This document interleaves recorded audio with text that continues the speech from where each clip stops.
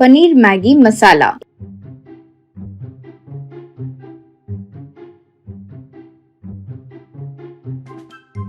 एक दिन विशु अपने दोस्त चंदू के घर आया।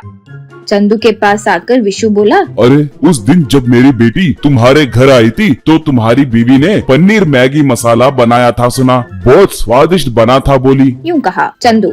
मेरी बीवी ये सब कब बनाएगी, वो भी बहुत स्वादिष्ट।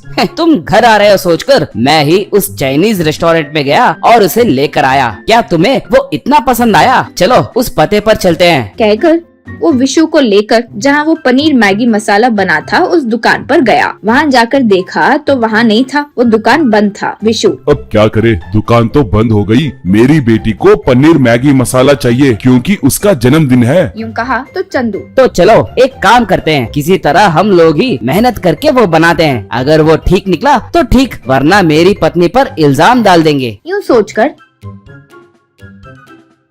चंदू और विशु दोनों घर पर मेहनत करके पनीर मैगी मसाला बनाए और उसे लेकर गए। जैसे ही उसे मुंह में डाली, विशु की बेटी गौतमी बोली, यक, ये क्या है? ये तो बहुत खराब है। क्या इसे कोई पनीर मसाला कहते हैं? यूँ बोली। विशु को समझ में नहीं आया कि क्या करे। उन्होंने सारी बातें बताई। विशु, पिछली बार भी आंटी ने नहीं बनाया था, वो बाहर कोई चाइनीज रेस्टोरेंट से अंकल लाए थे, वही हमें दिया था। यूँ कहा। गौतमी बोली, फिर आप लोग उस रेस्टोरेंट में जाओ और वो पनीर मैगी मसाला ले आओ। यूँ बोली। विशु ने कहा। वो भी हो गया। वहाँ जाकर देखा तो वहाँ दुकान नहीं थी, बंद है। तब गौतमी बोली, फिर मुझे नहीं पता अब क्या करोगे। वो पनीर मैगी मसाला बनाने वाले को यहाँ पे बुलाओ और मेरी शादी उससे करवा दो। यूँ बोली। जैसे उसने ये कहा, चंदू चकित रह गया। वो वहाँ से बाहर आ गया। चंदू, ये क्या है भाई, तुम्हारी बेटी पागल है क्या? चाइनीज होटल वाले रसोइये से शादी करना चाहती है? यूँ कहा। तब विशु, क्या करूँ भाई, वो बहुत पर्टिकुलर है, हमें तो उसकी बात सुननी पड़ती है, लेकिन वो हमारी बात बिल्कुल नहीं सुनती। नाराज हुए बस वो अपने आप घर की छत निकाल देती है। यूँ कहा। तब चंदू, वो क्या है? क्या अब तुम सच में उस चाइनीज होटल वाले से शादी कराने जा रहे हो? तब विशु, अब क्या बोलूं भाई, पहले पता लगाते हैं कि वो कहाँ है। कहकर दोनों मिलकर उसे ढूंढना शुरू किए।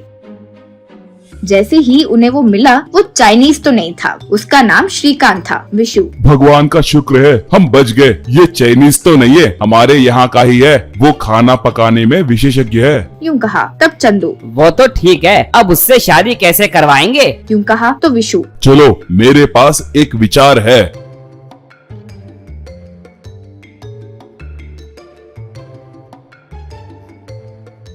कहकर श्रीकांत से विशु, बेटा हमारे घर में एक छोटा समारोह है, हमें 50 लोगों के लिए पनीर मैगी मसाला बनवाना है, क्या तुम बनाओगे? तब श्रीकांत, मैं बाहर खाना नहीं बनाता हूँ सर, मैं सिर्फ होटल्स में खाना बनाता हूँ। यूँ कहा। विशु, हमारा घर भी होटल जैसा ही है बेटा, दरअसल हम होटल खोलने की सोच रहे हैं। सबसे पहले आप सैंपल की तौर पर पनीर मैगी मसाला बनाओ। कहकर उसे घर ले गए